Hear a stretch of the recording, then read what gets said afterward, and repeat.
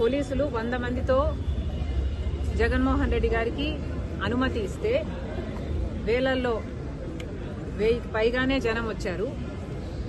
మరి police department intelligence ద్వారా మీకు తెలియలేదా? జగన్మోహన్ రెడ్డి గారు వచ్చిన తర్వాత ఈ జనం వచ్చారా?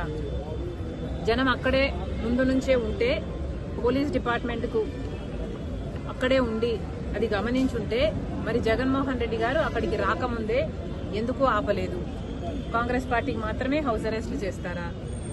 జగన్మోహన్ రెడ్డి గారికి ఏ ఆంక్షలు ఉండవా? బీజేపీ దత్తపుత్రుడు కాబట్టి, మోడీ గారి దత్తపుత్రుడు కాబట్టి, తెర వెనకాల పొత్తు పెట్టుకున్నాడు కాబట్టి, అక్రమ పొత్తు ఉంది కాబట్టి జగన్మోహన్ రెడ్డి గారికి ఏం చేసినా చెల్లుతుందా? ఇద్దరి ప్రాణాలు తీసినా చెల్లుతుందా? ఏం సమాధానం చెప్తారు? జగన్మోహన్ రెడ్డి గారు ఏం సమాధానం చెప్తారు? చంద్రబాబు గారు ఏం సమాధానం చెప్తారు?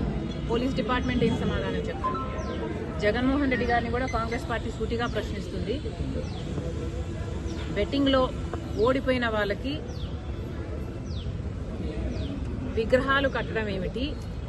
వాటికి ఒక పార్టీ అధినేతగా జగన్మోహన్ రెడ్డి గారు వెళ్లటం ఏమిటి? సమాజం ఎటుపోతుంది?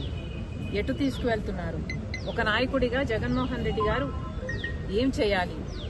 ప్రజల సమస్యల మీద పోరాటం చేయాలి. చంద్రబాబు గారిని నిలదీయాలి. సూపర్ 6 ఏమైంది అని అడగాలి.